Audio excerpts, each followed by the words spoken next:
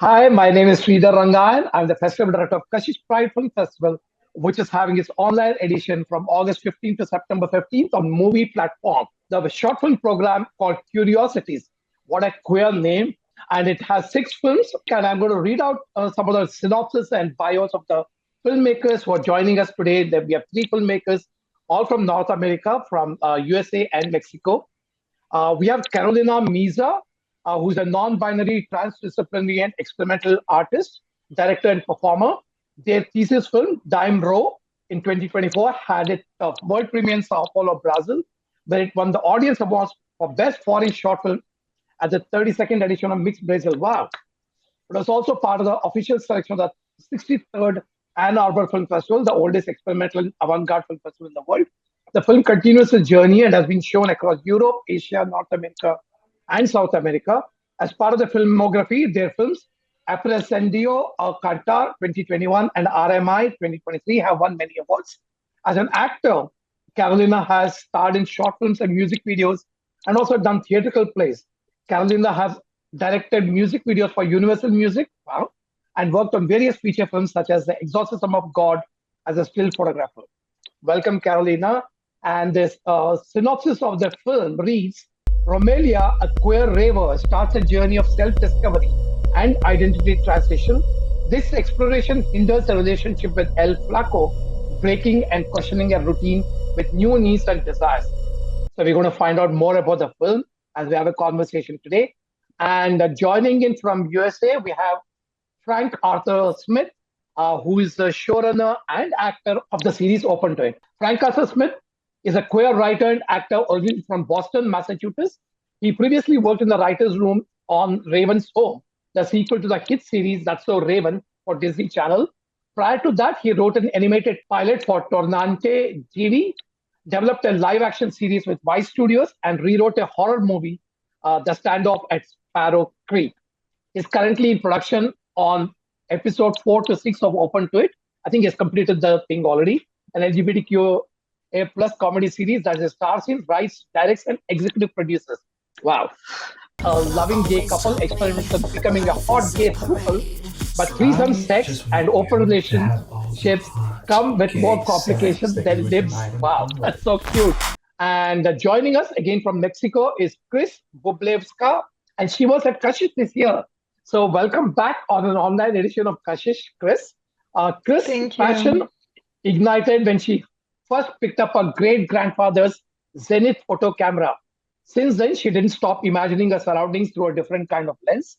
Starting studying at the Academy of Media Arts in 2020 allowed her to explore with new ways of speaking about issues that matter to her. Merging socio-political topics in art as well as an exploration of identity is where her focus lies on. Her short film called Here in the Bathtub is shared vulnerability a way to feel comfort in a situation which is not seen as normal, or a way to feel comfort for a group which is not seen as a normality in a society. What instruments can be used to get back your safety without trying to hide? Very interesting and it's a very experimental film. Let's see what Monika has to kind of ask these questions. And I'm going to just quickly introduce Monika because none of you know right now. Monika, who worked as a volunteer with the Kashish 2025 edition this year, is a clinical psychologist, psychotherapist, and trainer with over a decade of experience in mental health, education, and community outreach. She has worked extensively with children, parents, educators, and organizations, conducting workshops on emotional well-being, life skills, and social issues. Known for blending psychology with creative mediums, Monika brings a unique lens to conversations about storytelling, human behavior, and the emotional depth behind art and cinema. Wow. Awesome, Monika, having you here today. And we hope we'll find the emotional depth in all the stories, of course. So over to you, Monika. I'll be behind, but if you need anything, just chat with me. Absolutely. Okay, take care, Monika. Thank you so much, Sridhar. All right. Hello, everyone, and a big fabulous welcome to Queeriosities. It's such a pleasure to have you all from different corners of the world, each bringing your own experiences, ideas, and ways of seeing the world. And here we are, connected by the same thing, the love of telling stories that move. Tonight, I think we have an incredible range of short films, a documentary that opens our eyes to real lives and moments, a comedy that makes us laugh while making us think, and a personal and heartfelt look at gender identity. So, my job tonight is to ask the questions that go a little deeper, the why, the how, and those behind the scene moments that shaped your films. So, thank you for joining us, and let's get into that conversation. But before we start, I would like you all to tell us a little bit about yourselves in a little different way than what Sridhar has done right now. Okay, so we can start with your names, your pronouns, and a quick background into the kind of work that you do, what you do, and why do you do. So, can we start off with Kris? Yeah, hi, I'm Kris. My pronouns are she or they. And your question was why we do the kind of work we do, Yeah, or yeah. It's a little bit of a background into the work that you do. mhm. It's a hard one.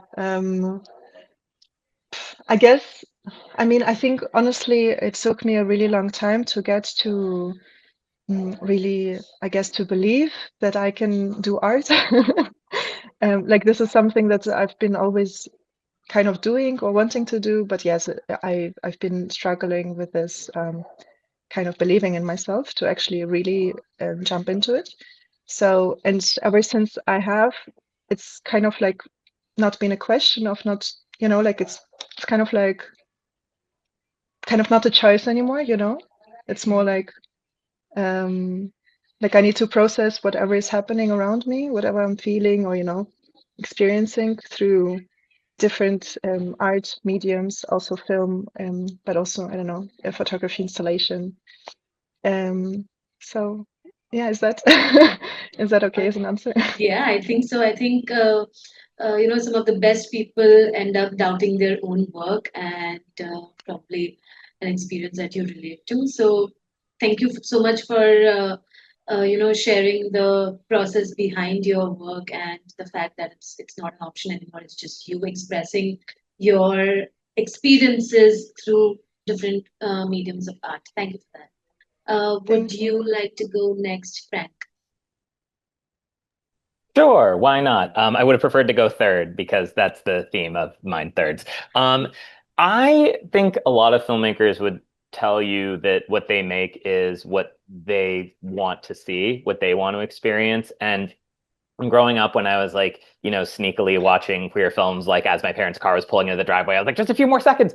I found I resonated the most with comedies. I think comedies made me feel better about who I was, made me laugh, made me feel secure. I watched a ton of dramas as well. The dramas do tend to be steamier, but yeah, my whole thought behind Open to It was combining those influences I loved of like making something that I thought was like sexy and romantic, but also making something silly and funny. I think we can have all those in queer pieces. There's space for like the queer dramas, space for the queer comedies, and especially when it comes to polyamory, that mostly gets a dramatic treatment. So I was just trying to give a different take that, made me giggle and, put fake things on my face all the time. Yeah, I think even when I was watching the movie, it was a lot of, unexpected turns that happened while it was going on. And the reason I called you for a second is because although it was a movie on threesome, you didn't end up having that. So, you know. It's true. All Spoilers, yeah, it doesn't go great. all right. Carolina, can we go ahead with you? Sure. Hi, thank you for your question. And well, my pronouns are they, them. And a little bit about my work, I think it is because I come from theater and dance. Like I'm a aerial, it's like aerial silks, and it's like this circus stuff and like that. So I think that now my cinema, it's like very like a lot of multidisciplinary, like with dance, with like more experimental. So I like experimenting with all of these arts, and also it's like a way to discover the world, like with my people, and without boundaries, you know? Like if you watch Call Me Raw or other of my films, they are like weird, and I think that it's like really liberating to do like this kind of work, you know, like okay, I want to do that, I want to try this, or let's improvise. So yeah. All right. Okay. Thank you so much for sharing that. I think the way you portray things in your movies, I think that's the way you connect to everything around you. So I think that Mm-hmm. really came up. All right. Okay. So before we go ahead with the actual questions, a quick lightning round. We'll start with Kris, then we'll go with Carolina, and then Frank. Now you go third. Okay. All right. So one word to describe your film to someone who hasn't seen it yet. Quickly. Shared vulnerability. All right. Carolina. Techno. Okay. Techno. All right. Frank. Silly, sexy, soapy. Okay. All right. Wonderful. Party. I think that's a great segue to get into our question and answer round. So, my first question would now be to Frank. Okay. So, your movie shows a loving gay couple's experiment in becoming a throuple. And the storyline, it went nowhere as I expected. And I think that's what a good comedy does. It often, sneaks into deeper truths. So, was there a message that you were slipping in under all that laughter? Thank you. Yeah, definitely. I think the thesis of that episode and the show is that any relationship format between consenting adults is valid. So if you're happier being monogamous, that's fine. If you want to experiment, then go back to what you were, that's fine. And if you want to just be swinging from the rafters with tens of people around you, that's fine. It's all about the partners agreeing and having fun together. I've always seen the best version of non-monogamy as something that enhances the relationship, where you're in a good place and you're like, hey, this could be fun and exciting, rather than, oh, we're at our wits' end, maybe this could save us. That kind of just wasn't the version I wanted to show.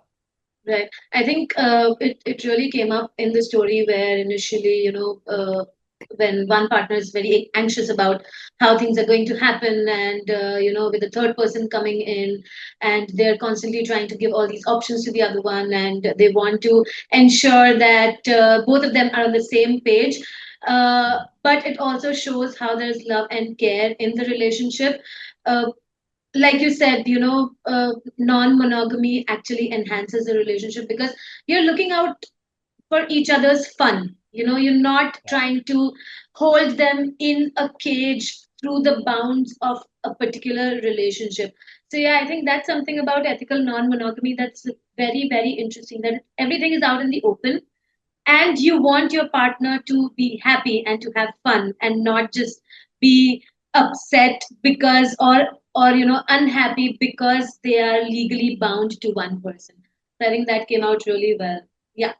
Thank you. One of my friends explained it as, when I was telling him about the show, he happens to be in an open relationship and said, I get it, because sometimes my husband and I are like madly in love and having a great night. And sometimes he wants a fireman and I'm not a fireman, but I don't want him to not have a fireman. So he can go have a night and then we'll have a night together again. It'll be great.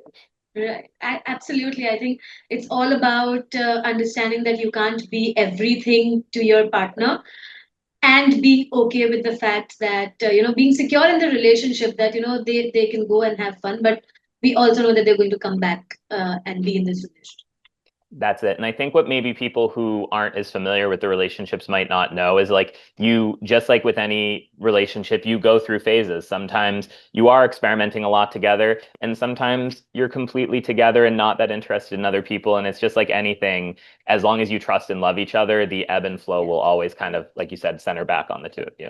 Right, exactly. Thank you so much for that. I think I'm really looking forward to watching the other episodes as well. I've not had the chance to do that yet, but I will definitely watch them. And the fact that you worked on the sequel of That's So Raven, which is like the show that I watched in the childhood, is making me fangirl completely. The moment Sheena said, I'm like, oh my God, I've watched that show. And, so completely fangirling over here.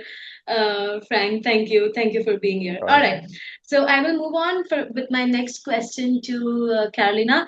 So Carolina, your movie showed Ro accepting her gender identity, and in one of the scenes, she very clearly tells Flaco that she wants to get her breasts removed. What conversation do you hope your film sparks for people who are struggling with gender identity? Yeah, I have heard a lot of people, and I think it's shocking for the older people. Like, oh, okay, like actually, I'm starting to understand this. Oh, okay, wow, this is like too much, no? Or, but it's because it's something like not really near to them. But I have received like a lot of like really good answers from the trans community, from the LGBT people. Like there are a lot of people that has come to me like, hey, I relived all my transition watching your movie, and this moved me a lot because I like, yeah, they see their selves like in the short. So has been like really um like I have loved that because yeah. So yeah. All right. Yeah, I think that came up in the movie where Flaco and Ro have a relationship, and the kind of honesty that they have between the two of them, where Flaco also tells her that I can't love you the way you want me to, but I still love you. That kind of Mm-hmm. honesty, and she is so clear with him, she is so clear with her own identity, she is so clear with the idea that okay, I have these breasts, but I'm not too happy. That one scene where she stands in front of the mirror and tries to hide her breasts and see See. herself Mhm. without them, I think that really stayed with me. Would you like to tell me a little bit about how did that scene come into picture? Like, what made you think of writing that scene? Yeah. Like the whole short came from from breaking up with one of my partners because I came out as trans, and he was like, "Okay, like for me, you will always be my woman," and I was like, "Oh, you're not getting it, you know?" And it was like really heartbreaking for me because I needed him to support me, and I was expecting him to be like besides me in all my process and in my questions and in all of this. And yeah, like it was maybe a way to deal with all these like with all of this. And because I also wanted to understand him, like, okay, I get you because you are older and you didn't expect this and you can't understand this, but like, is it that difficult to pronounce, to just say, or just to like, okay, ah so yeah, it was uh, from my process, my own process. Did he call you baby girl as well? Yeah. See. All right. Okay. I will move on to my question for Kris. So, Kris, your film started out as a photo project. What was the moment that made you decide that this needs to be showcased as a documentary? I think I didn't completely hear it. I Which will moment? repeat that. Uh-huh. Yeah. So your film, when it started out as a photo project, you started it off as a photo project. We can see it in the documentary as well. So what was that moment where you decided that okay, this as a photo project is not enough. I'm going to showcase it as a documentary as well. When did you Right. decide that? Um, well, it was kind of Yeah, it was, I mean, the project, I have been working on it for maybe like 5 years or something. And like the whole of it, right? When I started as a photography project. And I guess like somewhere in the middle of it, because like the the point was that I'm meeting with different people, right, for this project. And it's a long process because like every meeting is kind of like its own, I don't know, therapy session for the both of us. And like it also takes a lot of energy, right? And like there's a lot of to process. And so like time is needed for sure to also recover from each meeting. Um, and then yeah, I guess like somewhere in the after I don't know 4 meetings or something, I thought yeah, I thought that I wanted to show kind of like the behind the scenes of it, I guess. So like this the film that you saw, I in a way also call it like maybe a trailer for the whole project, or you know, it's like part of the project. It's not, I feel like you have to see the photo book to really understand it, honestly. Okay. Yeah, like it's kind of like in the film we are talking about the whole experience of the project, right? And why maybe we need it. So yeah, I guess it wasn't really like a thing that happened, but more like a thought of we need to do a behind the scenes to talk about the whole of the project. Yeah.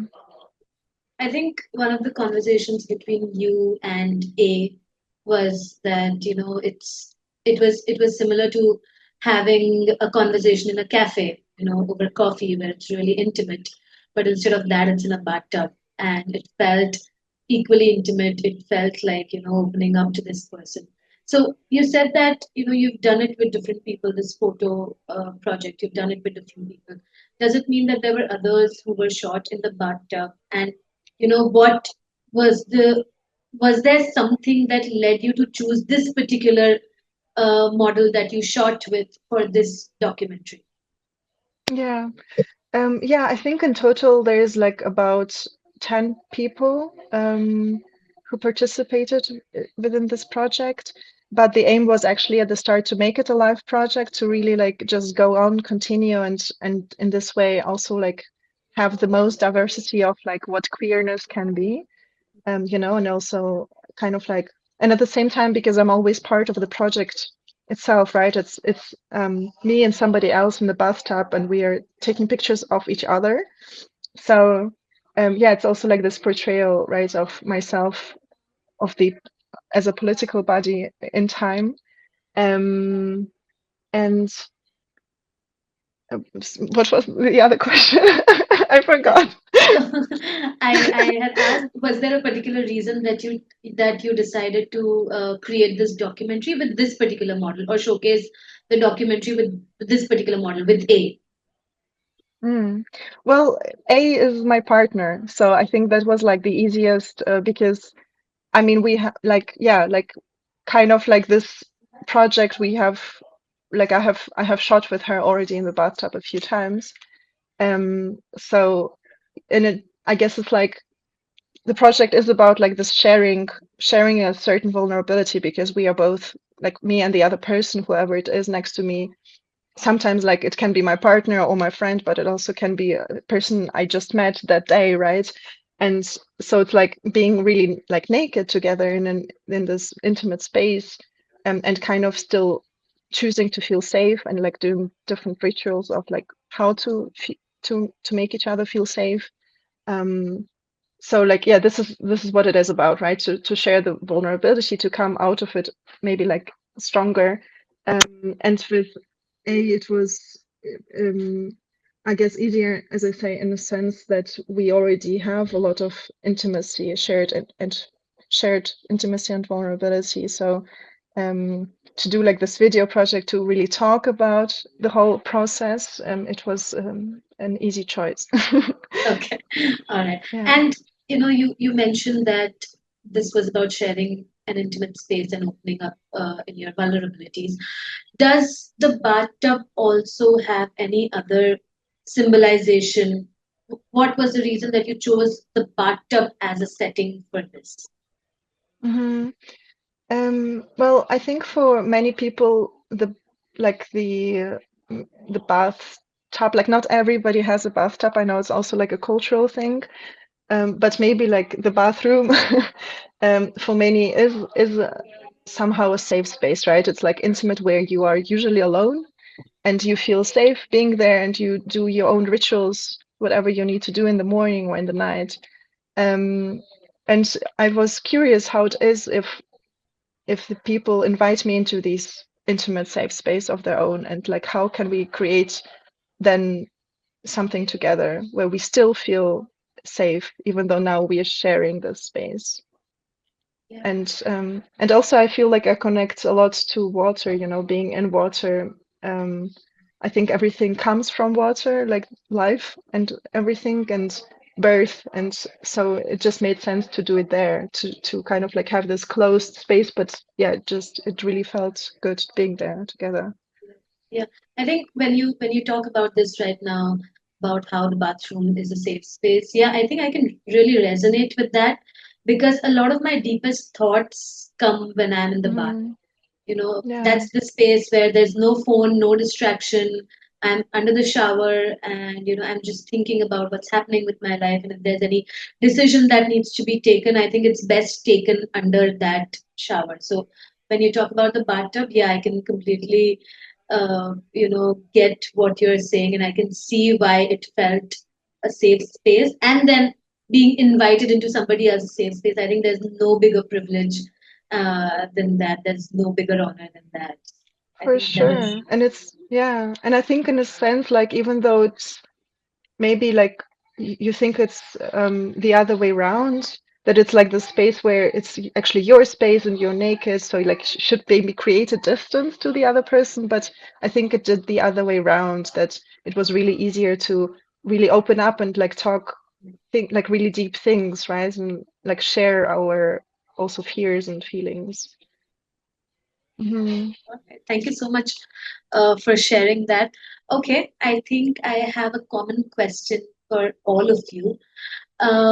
If your film could travel anywhere in the world next, where would you want it to be shown and why? I think we can start off with Frank for this question.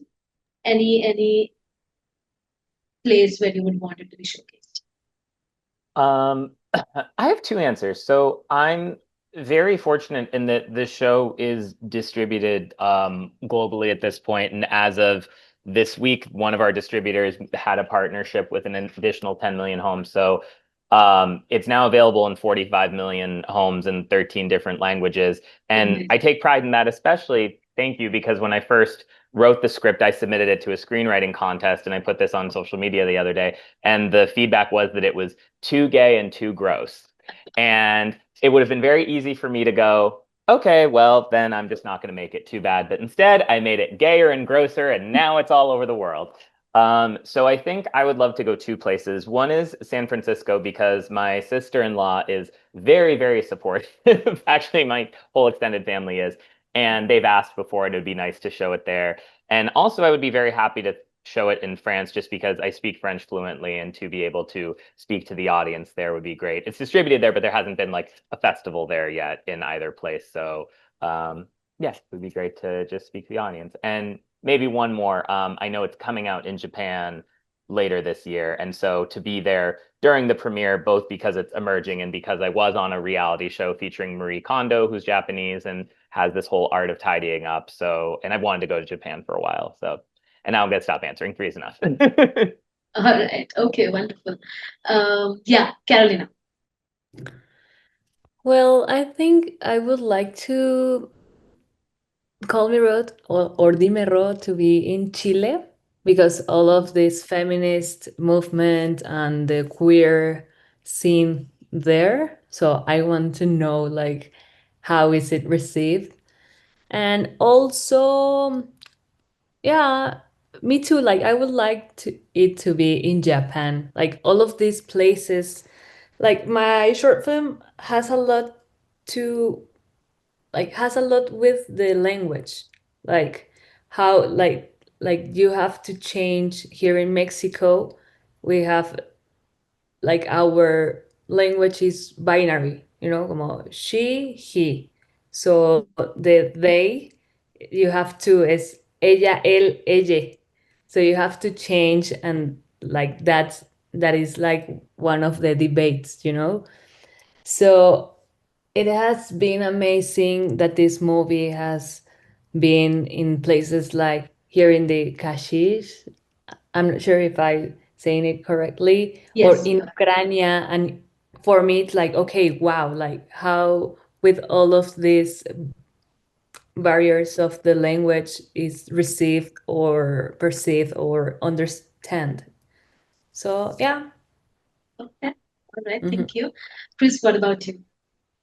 Yeah, I think a lot of, I mean, yeah, I guess like even like where I started to believe in myself was Mexico. Like coming back to the first question you asked, and also like the project itself, or like the, right, the film that you saw. My partner is from Mexico, and I have like many friends here and people who also participated in the project who are from here. So also because of the language and I don't know, this connection, I guess, to here, I think it would be really, really emotional and amazing to be able to show it in Mexico as well. Yeah. Okay. That's wonderful. So any next projects that you're working on? Me? Yeah. You said? Yes. Yeah, yes. Now I'm doing a long documentary actually, which was supposed to be short, but we realized in the process it's not. We are not able to make it short. Uh, so we are in the post-production phase, and we are hoping to finish it somewhere in autumn. Yeah, it's a documentary about an older woman speaking of of her deceased husband who survived the Shoah, the Holocaust. And like they both come from the Soviet Union, but they have then moved to Germany. And there's a lot of trauma and a lot of also trauma, like, yeah, from anti-Semitism, also like, in the Soviet Union and also after the war, where things like people don't really speak about, I think. And also the patriarchy. So, and she has like a lot of hate in her because of all of that. And we think it's really amazing that she does, because usually we see people who are like survivors and they're like really humble and they're forgiving, and she's the whole opposite, and we love that. I think that's really interesting, and no, can't wait. Hopefully in the next Kashish. Yeah. All right. Okay, Carolina, what about you? Any next projects? Yeah, like right now, yesterday I have a premiere of a film opera. So it's like the most amazing stuff that I have done, because I direct the film, and it's a whole opera with orchestra, dancers, and like dancing in Bellas Artes. That it's like the place here in Mexico. So I'm really happy, and we will have like more projections in November. So I'm still like with this project, and I'm trying to write like my feature film, like my first feature film. So yeah. Okay, all the best Mhm. for that. I hope Thank that comes into fruition very, very soon. All right, thank last, you. Frank. Well, my biggest project right now is I'm getting married to my fiance next month, who I've been with for 10 years. Congratulations. Thank you. So I'm very excited about that. It's been a lot of planning, and he's been wonderful. He and I also produce Open to It together, which I'm very lucky that I get to work with the person I love. It's very special. And so next we're going to do, since Open to It was originally my idea, we're going to work on something that was originally his idea. It's going to be an animated musical series because, now that we've learned live action comedy, we're like, let's do something that's not like that at all. Just learn a bunch of new skills. Oh, wonderful, wonderful. I think, you know, amazing insights from all of you, amazing next projects. I am so interested and looking forward to everything, all the work that y'all are coming up with. And that brings us to the end of our little journey. A huge thank you to all of you for letting us peek into our creative world. I think I'll just stop talking before I get into another round of questions, and I'm just going to hand it over to Sridhar to wrap it up. So you're so brilliant, Monika. This is the first session we did with Monika as a moderator. You're a great moderator. We're going to do more sessions with you. So Thank you. brilliant. So, and thank you, Kris, Frank, and Carolina for joining in. Very early in the morning for you people, but like late in the night for us. But thank you for joining this conversation and sharing your views. And best of luck with all your future works. Thank you. It's been a Thank pleasure. you. Thank you so Take much. care, everyone. Very much. Nice to meet you. Hi, my name is Sridhar Rangayan. I'm the festival director of Kashish Pride Film Festival, which is having its online edition from August 15th to September 15th. Today, we are talking to two filmmakers whose films are part of the Queeriosities short film program. We're going to meet other filmmakers in the next session, hopefully. Today, we are chatting up with Federico Cianferoni, who is an Italian filmmaker with a strong voice in contemporary short cinema. Born and raised in the Tuscan countryside, I've been there, it's beautiful. He entered the film industry at just 4 years old. Wow. His early exposure to cinema laid the foundation for a career defined by visual experimentation, bold storytelling, and a cross cultural sensibility. He made his directorial debut in 2014 with Night Butterflies, which premiered at the first Florence Short Film Festival. He followed up with in 2005 Monde Ayahuasca, and in 2020 with Don't Touch Here. In 2021, he directed the documentary Les Amateurs, screened at the 78th Venice International Film Festival. Wow. In 2022, his short film Roman Youth screened at our own Kashish Mumbai International Queer Film Festival. At that point of time, now it's renamed as Kashish Pride Film Festival. And it's also been distributed by Gaga Ulala, the Taiwanese OTT platform.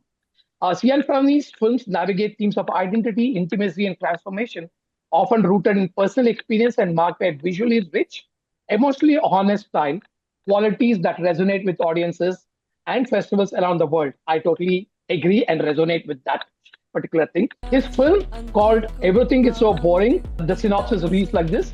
Lupo is a queer millennial filled with doubts and restlessness. He's bored, frustrated, and unable to find peace. Mary tries to help, but when he meets Tancredi, everything breaks. Lupo feels inadequate and not right. He knows he's not normal. Only being together makes him feel safe. So we're going to ask more questions about this very, very complicated synopsis which we just read. But he's there to explain what it is about. And joining in from India, from Kerala, we have Jijo Kuriakose, who's a writer, artist, photographer, and filmmaker. He has curated a series of queer art exhibits named Homoformism in Cochin, Kerala, India. He also works on a continuing photo series titled Androphilia, which explores the subject of work, the male body, and its diversity, mostly from the South Indian context.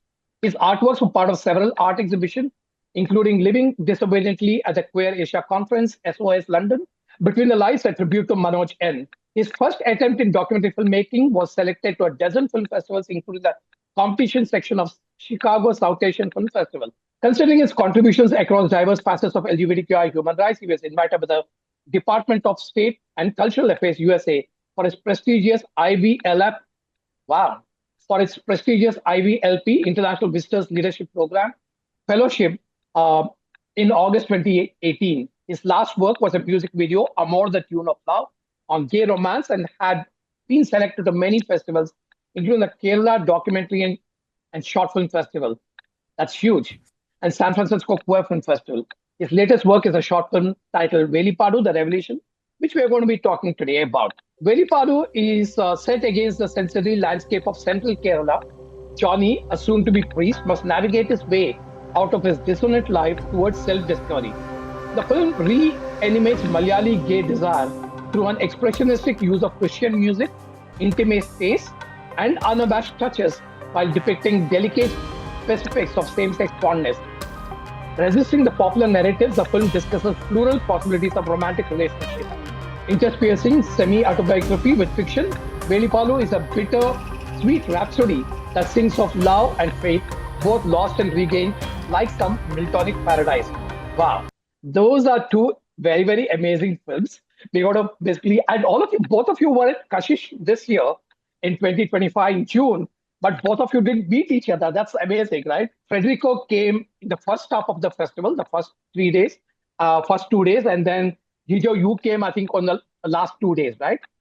So that's the reason you didn't meet up. But now we are meeting each other virtually. Federico, tell me, like, I mean, you've been so many films you have already made, right from your childhood. No, I was casted as a baby actor. It was a small role, but it was a big movie. She's a really important Italian director, Francesca Archibugi, and yeah, she was filming here in Tuscany. And yeah, she just met my parents, and she casted me. I was so little, and I have all these memories about shooting that film that were crazy. Probably I was so traumatized by that experience that influenced the rest of my life. I don't know. But yeah, it really was my first approach of memories to the film industry. I remember, first of all, shooting in early 90s was still on films. It was a very different way of shooting films on film, actually, not digital, and filming in the countryside. So I have all these strong memories. It was a story of set in the 19th century Toscan countryside, so with farmers, animals, a lot of these things. So probably just traumatized me so much that really has a big influence on all my life. No, it traumatized you so that you became a filmmaker now. From acting to a filmmaker, like that's what it traumatized. Yeah. It's in a way, it's a good trauma, I think so. Well, you know, when you act when you're four, probably you don't know what you're doing. Acting Right. is such a different career, and it's so hard. I mean, I really admire actors because they think it's the hardest job in the world, Yes. and you need to trust yourself so much and to study so much, and you are being judged so much. It's really so tough. I don't know how they manage that.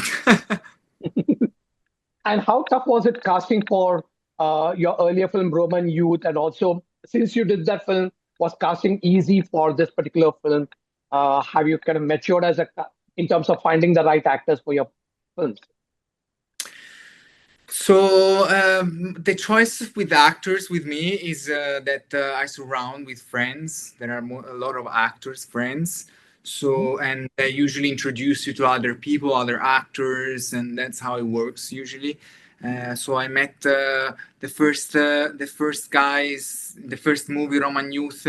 One was a friend, Alan was a friend, and Michele I met through another friend. So I did some rehearsal with them, and I loved the way they interacted. So then I casted them for this new film. It happened in similar ways, like Giacomo. I met through a photographer friend. We just had coffee somewhere, very casual, and then like 2 years before I was writing the movie, and then when I had to cast, I had his face in my mind because he's so dark hair and dark beard. So I asked him if he was comfortable, you know, acting in a queer film because it's not so obvious for actors, and he said yes, and that was easy. So yeah, very lucky for that because you know you never know with that gonna react. But like, I mean, were they actors or I mean, when you say friends, No, were they these are professional actors. actors who are friends also, right? Yes. No. But they are professional actors. They act in TV, cinema. Giacomo, especially, he's growing now a lot since he did our film. He's growing so much. He did a couple of TV shows for Amazon, for Netflix. He did a couple of films Wow. in the year. So he's really growing, and he's playing in a band too. So he's singing, and he just won the Amazon award for records, and you know he's growing. So yeah, he's a good boy. Good. So if people work with you, they got to go to higher places. That's interesting. Okay, we'll do that. No, well, hopefully, hopefully for them. I'm always stuck in the mud. But Okay, going to Jijo. I mean, it must have been a nightmare for you casting two people in Kerala who have to play to talk about faith and sexuality, two very, very explosive subjects, and you have pretty much intimate scenes. So quite a bit of things for two actors to deal with. How did you find these two actors? Were they professional actors? How did you find them? For casting agency, what are the process for you? Thank you, Sridhar, for the question, and thank you, Federico, for sharing your experience as a filmmaker who was an actor earlier. So, the lead character of my film, Joni, he's a good friend of me. He was my homemate earlier, and he's an openly bisexual person. So, Okay. he's a theater artist as well. So, I know him since quite a long, maybe for 8 years. So, I know how his emotions work because he has been my homemate and he's one of my best queer friends. So when I wrote the script, and as you have seen in the film, the central character kind slightly resembles Jesus, like with a facial beard and all. I'm more into men with beard. No offense to people who don't have beard, Okay. but I'm more into men with beard. So I wanted to cast those people who, if they were the official priestess, should look like the Christian priest kind of thing. So that was the primary criteria in selecting him. And the other two actors, they also are amateur artists. I mean, they did theater, they are into this short film things and all. But I didn't approach any casting agency and all. But I just asked these people, are you comfortable in doing? Because it's not just regarding doing a QA character. So, for example, if Sridhar is asking them what their experience is, they're obliged to share their experience as an ally or secure person as themselves. So their stand was very political. They are not going to tell like we are heterosexual but we support LGBT. No, they're like it's for human rights. They're doing their job. We pay them. That's it. So I was impressed by their response. Apart from the central character, and obviously, I give them small task on expressing emotions. So for example, if you fear, how will you emote that fear scene? If you are in the intimate scenario, okay with complete nude and all. So they are okay with that. And the central characters, all of them have been part of my photography process as well. So there were no Okay. any inhibitions. And we actually hired a theater trainer who could actually do handle the rehearsals of doing the intimacy scenes. We had an Mhm. associate who is woman. She's an also queer person. She acted in the film as well as a fiance of Joni. So Okay. she did the entire choreography of the intimate scenes and the scenes and all those was done with the consent. Like I was not like you should be nude in the particular scene. It was not like that. We were considered their comfort as well. And even though there was an intimate scene, there was no so-called full nude erotic scenes. If you have seen Correct. the film, but yeah, the songs are such very erotic, and they were comfortable with that. That was the primary criteria, and yeah, we have done rehearsals, and there were training sessions, so it went smooth, and they were okay with that. And I think they did at least 99% justice to the characters. Your film seems to have many songs. How did that come about? You love songs, or is it because you love songs you incorporated it, or the script needed these songs? How did? Both. I personally love songs. I always wanted to sing, but I can't sing. So I love the lyrics of songs. So in the Indian context, maybe say like if you're telling about pure romance, we always used to cherish these pure versions of heteronormative romance lyrics. Like we used to place ourselves in the position of heroine, even though we have divas like Rekha and all. So considering the same sex aspect of romance, I wanted to create literature in terms of songs. So that's why I wrote the songs. And also the script kind of demanded it because the Christian, I'm an atheist, but my family belongs to the Syrian Jacobite denomination. So the prayer, the cultural things is very much musical thing. If you go to churches, the prayers, everything, the cultural aspect is very much musical. So that's why I incorporated the song. And also the Malayalam lyrics of the songs is kind of erotic. It kind of represents a desire from the same-sex aspect, same-sex romantic aspect, rather than Mhm. always trying to read heteronormative romance from a pure lens. Why can't we create pure romantic lines, Right. pure lyrics? Right. That was the primary attempt, and I think, unlike usual films in which in the contemporary we basically create the music first, then write lyrics as per that. But in this film, the lyrics was first written, lyrics was done by me, and then the music was composed as per that. So it gelled with the film, and the musical tones became the BGM for the entire film and the trailer as well. So I'm happy that a lot of people are able to like relate with the musical element, and that proves that art and music goes beyond languages. And have you been able to kind of release the music as an individual standalone piece or something, or not yet? As of now, in the film, we have three songs with 4 lines each. But I'm planning to make the entire three songs as a separate audio album with 12 lines each. The discussions are, we Right. need funds, but once the funds are ready, we'll be doing that, obviously. But as an audio album. Okay, Federico, going back to you. So, but why this film about so boring? I mean, the person is so bored and you want to kind of navigate different ideas. What inspired you to make this particular film? in Western countries, there's this situation where my generation is like standing in a pose, in a break, because there's the old generation that owns everything, power, money, and decision and housing and everything, and the next generation, which is ours, who has nothing. And we had to go through 9/11 and 2008 crisis, 2011 crisis, and then COVID, and all these world breakdowns that made ourselves very unstable in the mind and in life too, because this is a way that reflects also in the way you're living and you approach your life. Boredom comes from anger, I think, from see everything looks so obvious and so banal because it looks so pre-written by someone else, and it seems like you don't have you don't have power to choose because someone else chose the word for you. So this boredom can turn into anger, and anger can turn into boredom. And this is an alternating mood. And the idea came from the sharing experience of people my age. I confront with people my age, with friends, with family, with relatives, mostly friends. We have dinners together. We talk, we drink wine, we eat, we talk about life and sharing experience. And there's this general frustration that comes out a lot, that we would love to do more. We would love to participate in something and we're not able to do that, probably because we don't put much effort, but probably also because the outside world doesn't make us accessible. So this generates frustration and anger and boredom. So this was where the point came from sharing emotion from friends, basically. Okay. And how did you find the money to produce a film? Do you have you made a lot of money with your previous films? So have a huge bank balance, maybe. No, unfortunately, indie filmmaking is very low budget, not really much money. But Until do you you have grants in Italy which funds LGBTQ films, or it's very tough to No, find money for this LGBTQ is films produced even by in my Italy? husband. Yeah, my husband is the producer of the film. Mhm. So basically, we made it. We found some little funds.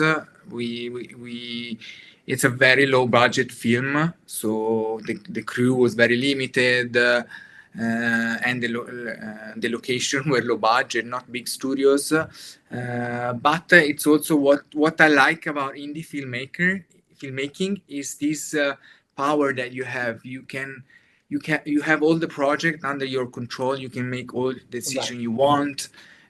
You can choose whatever you want, and this gives you absolute freedom.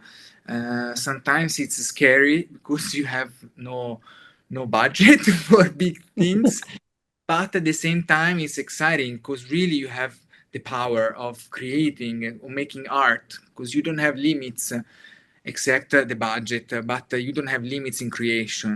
You don't have anyone that says no, you can do that. You have to do that the way or this other way. So I like this thing about making short films because they really make art accessible, or at least you can be able to make art. Of course, at some point, I will eventually I will have to face the feature film structure. But till now, I was very comfortable with short film because it's a language that's very fast, concentrating, and you can experiment a lot too. You don't have to follow pre-established languages or the classic narrative structure. You can create more freely, and this is really interesting. We'll see how it goes in the future. I'm starting writing a feature, but it's a very long way. Wow. But if Netflix or Amazon comes to you, you'll give up your independence for sure, right? Yes, but you need to find. I think you need to find A a balance. deal, no? Yeah, balance. Because like in the past, like in the 30s, when there was mute cinema and then sound came on, and the major were the rulers. Major in the US, I guess India is similar as history, but um, the major control the money, the big movies, but who came out really as strong voices were not people working in majors. So you always have to find the balance. Right. Even Amazon and Netflix, they have probably Amazon. You're more free than Netflix right now. Netflix have very strict rules, about commercializing their products. But I think we all should find a balance between money and the creativity, because that's how the real storytelling comes out. Otherwise, it's just you can use AE for creating stories right now. But what's the point? No, what's the point? Who Right. cares about Right. AE? Why you make film with AE? For money? But if you want to make art with the voice, you need to express our souls. Then money can help. Right. I'm going to go to Jijo now. Like, I mean, you must be really very hard pressed for the money because there's no funding in India for LGBTQ film at all. How do you raise the money? That's the first question. The second question is like, I mean, how since I think this is your first big narrative drama, no? You've done a music video before, and but this is a big. How difficult was it conceiving and directing a dramatic film, no, for you? Thanks, Sridhar, again, and thanks, Federico, for sharing your response. And all the best for your feature. Like we all hope that Sridhar has already done feature films. Federico is going to do. I may also do. So basically, I did crowdfunding. Like that was the only option. Even though I Okay. waited for many years, like to get a producer, but there's no point in waiting endlessly. So around 20 to 25% of the total fund was raised through crowdfunding, and the Which rest I platform put did you inside. use for crowdfunding? Eh? Which platform did you use for crowdfunding, or you just did it on Instagram directly? No, it was this Milap. Milap. Okay. Yeah.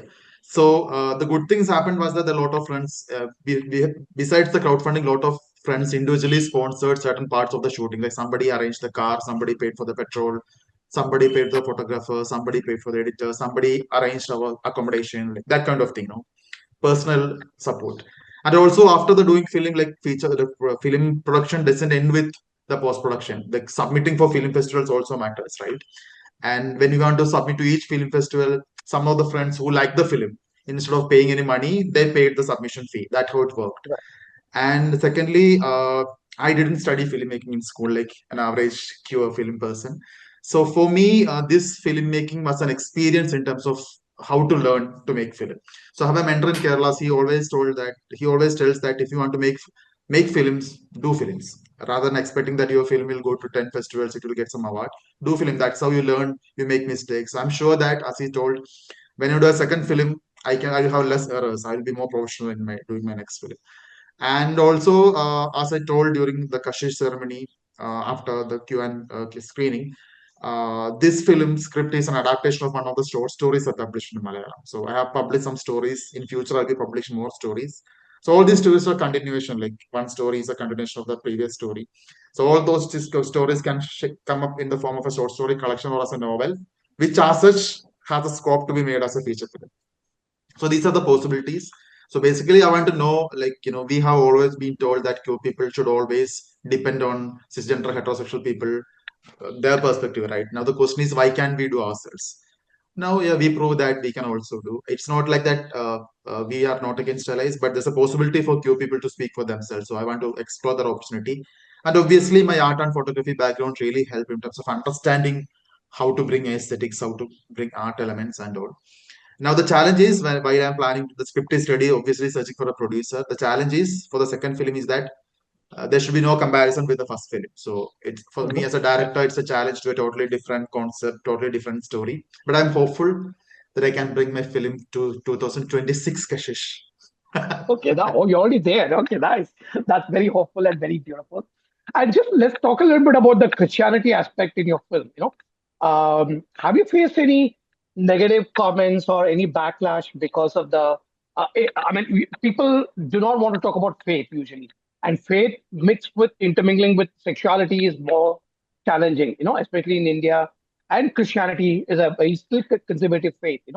So have you faced any backlash or any kind of barriers in your filmmaking or post the film screening at different During the festivals? filmmaking, there was no challenges at all. Okay. But the homophobic, response to the film still continued. Even today, I was getting some strange comment in Instagram because somebody saw the trailer of a film. The film is not in YouTube, right, as of now.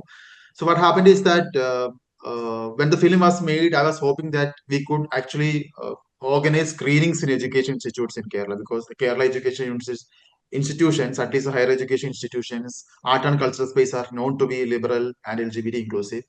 But the challenge is that all these institutions, the management, it's handled by minority institutions, mostly Christian minority institutions. Correct. Like the names of the colleges, St. Paul's and St. Teresa, St. Anthony's, and all this stuff.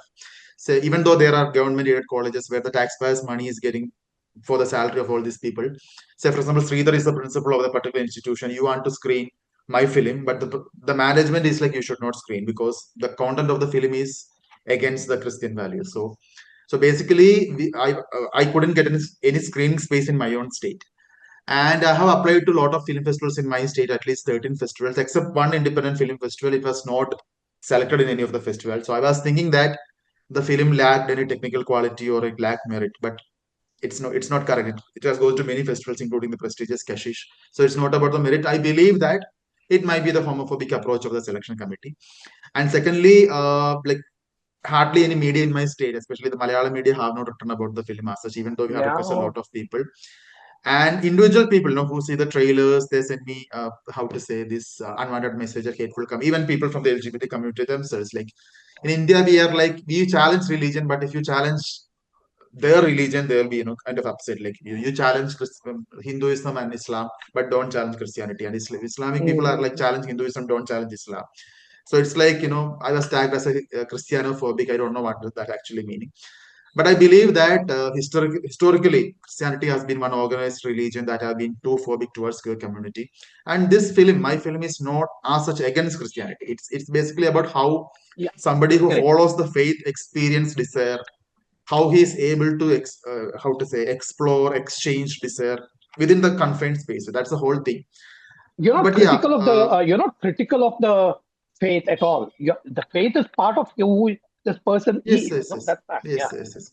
So I respect people who follow faith, but at the same time, challenging is also important. So it's tough. Like, hopefully I will be releasing the film in YouTube in near future, like once the festival circuit gets over, and I'm hoping that backlash will be there, obviously from the state and the educational systems. But yeah, my family is highly traditional. My father's elder brother is a priest, and they're like, okay, you're already out and open. We are an activist. Why are you doing all these things? So basically, from the family perspective, from the close queer circle, like a lot of people follow faith, right? So the people, like the gay Christian people, are there like, okay, why did you do this? You should have. Are you brave enough to do a film about Muslim identity and homosexuality? Then I'm like, those films are already there in Kerala. Are you brave enough to challenge Hinduism? And like, okay, those films are already there, right? Why should I do again? So you are not Christian. Why did you choose a Christian background movie? That doesn't. This question doesn't make any sense. Like as Federico told, art has no limits. So it was an experiment, but I came out well. I'm happy. So, Federico, like, apart from Kashish, where else the film has traveled? And let's talk about your future feature film. Like one line, maybe. You don't have to reveal that plot, but let us all know and we can wait for it for sure. First, I wanted to say to Jijo that we all, I think we all in the community, especially in the film community, queer film community, we all experience censorship and ostracism and a lot of festivals just say no because they see two men kissing or two women kissing. So this is a shareable experience everywhere in the world. It's tough being a filmmaker. It's even tougher being a queer filmmaker. So we premiered in Torino at Lovers Film Festival in April, and then we came to Kashish in June. We're going next week in New York. We have a screening at East Village Queer Film Festival, which is the first time I have a screening in the US, so it's exciting. Wow. New York, it's cool. Yes. And we are screening the week after in Ireland at Prisma Film Festival. It's a queer festival again, and in September in London at Fringe Queer and Art Film Festival. So this for now, it's the schedule. We'll see. We sent it to lots of festivals, but as I was saying, most of the time it's no, thanks. But this is a filmmaker's life. We have to deal with failure all the time. 90% of the time. I think the film festivals across the world have shrunken their programming, because of budgets are really not very good right now across the world, So they're shrinking the program, especially since I have a feature film. It's very difficult to accommodate a feature film. My previous film went to 82 film festivals. This has only gone to 25 film festivals. I mean, because I feel this is a better film than the previous one. That's a different thing. But people are just not programming feature length films anymore, and so it's very challenging now to find a place for your film in film festivals. That's true. So, but tell me about your feature film which you're planning. I think that the hardest thing in the filmmaking job is not making the film, but showing the film. That's the hardest job. Correct.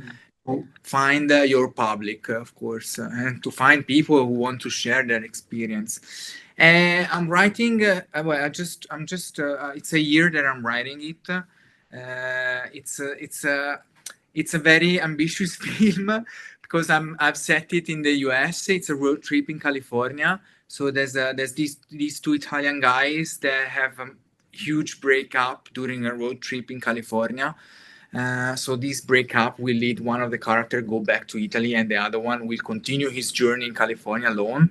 And he will go through all this process of failure and self-finding his sexual experience and also the shareable experience with people that he meets in California. So it's a very ambitious film, honest, because of course it's something big. To produce a movie in California, it's very difficult. But I like the story because it's queer and it's a very different vision on the American dream. Because it's an external character, so an Italian character that lives and experiences this imaginary American dream, Californian dream, which in reality is very cinematic, but we don't know if it's true or not. It's a dream. And where in California want to shoot? Where in California do you want to shoot? Los Angeles, San Francisco, somewhere else? Well, it's a road trip that starts in LA, that goes to the desert, and then goes to San Francisco, and then back to LA. So half of the story is in LA, and part of the story is in the desert and San Francisco. But this is just a writing for now. Right. I'm sure you'll make it for sure, one day or the other. So every film has its own destiny. Some films immediately you manage to get it done, but some a film which I wrote in 2007, it's set in US and in India and Kerala, and I'm not able yet to make it yet. I'm just like a broad project, been trying to go with it for so many places. I've been pitching it here, there, etc. It's not happening. Someday it will happen for sure. So every film has its own destiny. Yeah, I think really, I think that all artists and especially filmmakers, we deal with failure every day. We have, it's a lot of no, but in your life it's just one yes. It's that make the difference, no? So we have also, I think, what I learned with the experience is that what makes you grow and what makes you true to yourself is the no's. The more rejection you get, the more you if you really believe in your project, the more rejection you get, the more you will push towards that, really. Because if everyone would say yes immediately, what's the point, no? That's a very optimistic way of looking at a very pessimistic thing. So thank you for sharing that. Jijo, what is your next? Sorry, you are saying something, Federico? No, I mean we have to see it in a good way. Otherwise, we shoot in our head. Jijo, if you want to share a little bit about your next film which you plan to bring to Kashish, if you want to do that, or if you don't want to share it, that's fine too. And what would be the process for that? Okay? Yeah, the script is done. Again, it's obviously a pure short film, and I'm yet to decide whether the central protagonist should be a lesbian person or a trans person or a gay man. But obviously, it's a queer character. He comes across like a camera, and he's in search of what's inside the camera. And at the end, he develops the films in the vintage camera, and there's some surprising element in that. That's all. So Okay. that's it. I'm And searching how for a long will the producer. film be approximately? What is your vision right now? No? It will fit in the definition of short film for Kashish. Maybe less than 25 minutes. Because I Because mean, what happens nowadays, like if you make a short film of 40 minutes or something, it's very difficult to find a programming slot. I don't know. Beyond It will be 25. less than 25. Yeah, It will be less than 25. because like I mean, I would, that's my personal suggestion. If you exceed 25 minutes, it's very difficult to program. Most of the I know. festivals will. Your Yes. So it will Velipādu be is less than about 25 how only. long is Velipādu? Velipādu is 25 only. Okay, perfect. Okay, so best of luck in that thing. I mean, thank you for. If you want to share anything else, we are welcome. We can just have 5 minutes more chat. Anything you want to share, Federico? About your visit, how was India visit to you? Yes. Was it the Tell us first time about you came India. to India or this year? For me, no. I came to Kashish 2 years ago, and I visited briefly India. So I went to Agra a little bit. This time I went to Tamil Nadu, so Chennai, Okay. and I did all the more Hindu part. Lots of ancient temples, and honestly, I love India. I love India. It's crazy. It's a crazy nation, and people are so warm, and the food is so good, and I would be back every 2 months if I could. It's no, it's so nice. Really, it's very different from Europe, but the culture, this difference in history and culture, it's so important to me. And the experience that I lived with Kashish, with coming to the festival, meeting Indian filmmakers, just opened my mind so much to see how especially the queer community lives and reacts to their experiences and to their world, to their society, to their religion. It really opened my mind. Western countries are so locked in their castles, and sometimes they forget that the world is big. So really, it's for me the biggest experience is to see how queer people fight in India, and this is amazing. Thank you. And my first film was screened in Turin too, and that's my first film in 2002. I went to Turin, my first ever festival visit, and like that was so beautiful because like I mean the first time I experienced a queer film festival ever. In Turin was my first ever screening, so that was like a very special place for me. Yeah. So, Jijo, you want to say something? Share something else? Anything you want to share? Nothing happy. Frederick, I will send you a message on Instagram. We'll be in touch. Obviously, with Sridhar, I'll be in touch. Nothing else here. It's heavily raining. I'm totally lost in the script of my next film, but I'll be doing. Yeah. Together, we march for a better social life. Okay, best of luck, Jijo, and best of luck, Federico, with all your future works and this film, of course. Thank you, Jijo and Federico, for joining me.